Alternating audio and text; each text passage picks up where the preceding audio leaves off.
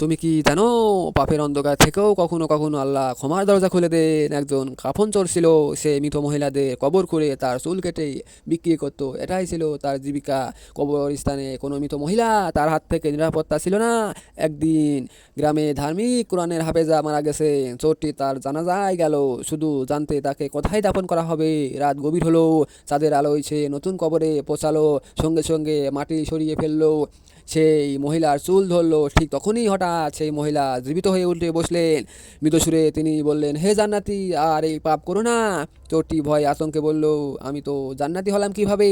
কিন্তু আমি তো একজন চোর। মহিলাটি মৃত হেসে বলল, যখন আমার জানাজায় পড়ানো হচ্ছিল, ফেরেশতারা এসে বললেন, আল্লাহ আমার জানাজায় অংশ নেওয়া সকল মানুষকে ক্ষমা করেছেন এবং তাদের জান্নাত দান করেছেন। এ কথা শুনে চোরটি মুখে পানি চলে এলো।